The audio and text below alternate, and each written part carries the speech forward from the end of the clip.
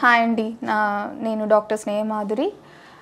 నేను MS Ayurveda. Present మీకు వచ్చిన కరోనా వేరియంట్ గురించి ఒక అవగాహన కల్పించాలని అనుకుంటున్నాను. అండ్ దానికి తీసుకోవాల్సిన జాగ్రత్తలు ఎలా ప్రివెంట్ చేసుకోగలము, ఒకవేళ ఏమన్నా ఇన్ఫెక్ట్ అయినా మనము ఏ రకమైన ఇంట్లో చిట్కాలే పాటించి ఏ రకంగా మనము దాన్ని నివారించుకోవచ్చో నేను తెలియజేస్తాను. నార్మల్గా వైరస్ని మనము కిల్ చేయలేం ఏ మెడిసిన్ ద్వారా, అది ఎవాల్వ్ అవుతూనే ఉంటుందన్నమాట.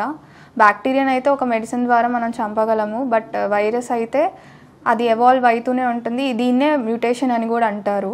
ఎవల్యూషన్ ప్రాసెస్ అనేది జరుగుతూనే ఉంటుంది. ఈ ఎవల్యూషనరీ ప్రాసెస్లో మనకి ఈ వైరస్కి చాలానే ఫైట్ జరుగుతుందన్నమాట. ఇంతకుముందు వరకు ఒమైక్రాన్ వరకు ఆగింది. ఈ ఒమైక్రాన్ ముందు వరకు ఈ వైరస్ అనేది ఒక 2-3 మ్యూటేషన్స్ అనేవి జరుగుతూ ఉన్నాయి. స్పైక్ ప్రోటీన్స్ అనేవి ఫామ్ అవుతూ ఉన్నాయి.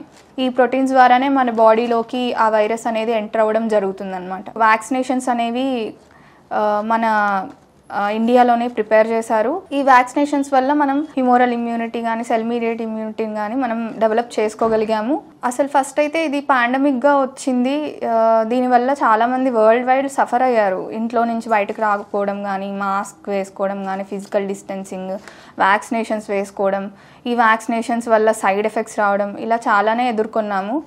కానీ ఈ వ్యాక్సినేషన్స్ వల్ల మనం ఎంతో కొంత నియంత్రించగలిగామన్నమాట. కొత్త వేరియంట్ అనేది ఒమైక్రాన్ తర్వాత ఒక వేరియంట్ అని చెప్పగలము, ఒమైక్రాన్ ముందు వరకు ఒక వేరియంట్ అని చెప్పగలం అనమాట. ఎందుకంటే ఒమైక్రాన్ ముందు వరకు ఒక 2-3-4 మ్యూటేషన్స్ జరుగుతూ ఉన్నాయి. ఈ ఒమైక్రాన్ తర్వాత ఏంటంటే ఒక 30 మ్యూటేషన్స్ వరకు జరిగి ఇది జీన్ సీక్వెన్స్ అనేది ఫామ్ చేసుకొని ఈ జేఎన్ వేరియంట్గా మనకి రికగ్నైజ్ చేశారనమాట. దీన్ని ఫస్ట్ అయితే ఇది కేరళలో ఒక కేసు నమోదైంది. ఐసీఎంఆర్ డైరెక్టర్ జనరల్ గారు ఫస్ట్ వచ్చిన ఒక కేసుని దీన్ని కోవిడ్గా కన్ఫర్మ్ అయిన తర్వాత దాని జీన్ సీక్వెన్స్ కనుక్కొని జేఎన్ వేరియంట్గా నిర్ధారించారనమాట. అండ్ మన ఇండియాలో అయితే ఇన్సాకాగ్ అనే ఒక వ్యవస్థని పెట్టింది సెంట్రల్ గవర్నమెంట్. ఏ ఒక్క కేసు కొత్త కేసు వచ్చినా కానీ ఆ ఇన్సాకాగ్ అనేది మనకి తెలియజేస్తుంది, ఏదన్నా కొత్త జీనోమ్ వచ్చినా. అండ్ ఇప్పటి వరకు అయితే ఒమైక్రాన్ వల్ల డెత్స్ అయితే జరగలేదు, కాకపోతే చాలామంది ఎఫెక్ట్ అయ్యారు. మనమైతే ఒక జాగ్రత్త అనేది తీసుకోవాలి. అంటే ఒక వైరస్కి ఇన్ఫెక్టివిటీ అనేది ఉంటుంది, విరులెన్స్ అనేది ఉంటుంది అనమాట. ఇన్ఫెక్టివిటీ అంటే దాని యొక్క సిమ్టమ్స్ ఇప్పటి వరకు మనకు వచ్చిన సిమ్టమ్స్ కంటే ఎక్కువ సిమ్టమ్స్ పెరగడం, ముందు ఉండే సిమ్టమ్స్ కంటే ఇంకా సిమ్టమ్స్ ఎక్కువ ఎఫెక్ట్ చూపించడం మన బాడీ మీద, లేదంటే వాటి యొక్క ఇంటెన్సిటీ పెరగడము, ఇది ఇన్ఫెక్టివిటీ అంటారు.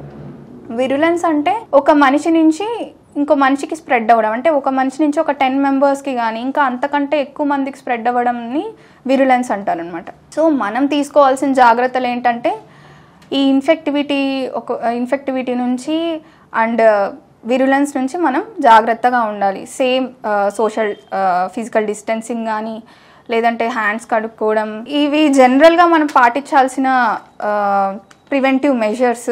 మనము ఇది రాకుండా ఉండడం కోసం ప్రివెంటివ్గా ఆయుర్వేదంలో అని అంటే ఇంట్లో దొరికే చిన్న చిన్న వాటిలతో మనము ప్రివెంట్ చేసుకోగలం. డైలీ ఒక 2-3 తులసి ఆకులు తినడం కానీ, లేదంటే శుంఠి తేనె తీసుకోవడం వల్ల కానీ అది ఇమ్యూనిటీ అనేది పెంచడం జరుగుతుంది. ఉసిరికాయ ఇట్లాంటివి తినడము అది రసాయనంగా పనిచేస్తుంది, దాంతోపాటు మన ఇమ్యూనిటీని కూడా పెంచుతుంది అనమాట. గుడూచి తిప్పతీగ అంటారు కదా, దాని యొక్క పౌడర్ తీసుకోవడం కానీ, లేదంటే తిప్పతీగ లీవ్స్ రసం కానీ ఇట్లా ఆర్ లీవ్స్ డైరెక్ట్గా తినడం కానీ ఇట్లా చేయొచ్చు. ఒకవేళ ఇన్ కేస్ ఏమన్నా మీకు డౌట్ఫుల్గా ఏమన్నా కాఫ్, కోల్డ్ ఇట్లాంటివి వచ్చినా, ఫీవర్ ఇట్లాంటివి వచ్చినా ఆయుర్వేదిక్లో ఒక హెర్బల్ టీ లాగా చేసుకోవచ్చు. త్రికటు అంటారు. శుంఠి, మరీచ, పిప్పళ్ళు అని, ఇంకా దాల్చిని ఇట్లాంటివన్నీ యాడ్ చేసుకొని ఒక హెర్బల్ టీ లాగా ప్రిపేర్ చేసుకోవచ్చు. ఇంకా సేమ్ గొంతులో ఏమన్నా కాఫ్ ఎక్కువ అవుతున్నా, ఇరిటేషన్ ఇట్లాంటివి ఎక్కువ ఉన్నా కానీ త్రిఫలాతో గార్గిల్ చేసుకోవచ్చు. సో ఈ హెర్బల్ టీ తీసుకోవడం వల్ల ఈ వేరియంట్ మీ దగ్గరికి రాకుండా ఉంటుంది, ప్రివెంటివ్గా పనిచేస్తుంది. ఎట్ ద సేమ్ టైం అట్లాంటి కాఫ్, కోల్డ్, ఫీవర్ ఇట్లాంటివి ఏమైనా వచ్చినా కానీ మనం దాన్ని నివారించుకోవచ్చు. అట్లాగే తమలపాకు జ్యూస్ లాగా చేసుకొని హనీతో తీసుకుంటే అది కూడా కోల్డ్ కాఫ్ని నియంత్రించగలదు. అండ్ ఫీవర్ అంటే ఫీవర్ తిప్పతీగా చాలా బాగా పనిచేస్తుంది, అది కూడా వాడచ్చు మీరు. ఇంకా మన ఆయుర్వేదిక్లో మెడిసిన్స్ ఉన్నాయి, గుడూచి సత్వ అని, ఇంకా ఆనంద్ భైరవరస్, లక్ష్మీ విలాస్ రస్, ఇట్లాంటివి చాలానే ఉన్నాయి. అవి తర్వాత మీకు ఇంకా తగ్గని పక్షంలో ఇట్లాంటి ట్రీట్మెంట్ అని తీసుకోవడం చేయొచ్చు అనమాట, ఒక డాక్టర్ని కన్సల్ట్ అయ్యి. ఇంకా డైలీ అంటే చ్యవనప్రాష్ అనేది తీసుకోవచ్చు, అది ఒక రసాయనం లాగా పనిచేస్తుంది, ఇమ్యూనిటీని పెంచడం కూడా జరుగుతుంది మీకు. సో నేను చెప్పిన ఈ రెమెడీస్ పాటించడం వల్ల ఈ వేరియంట్ అనేది మీ దగ్గరికి రాకుండా ఉండే ఛాన్స్ ఉంటుంది. Thank you.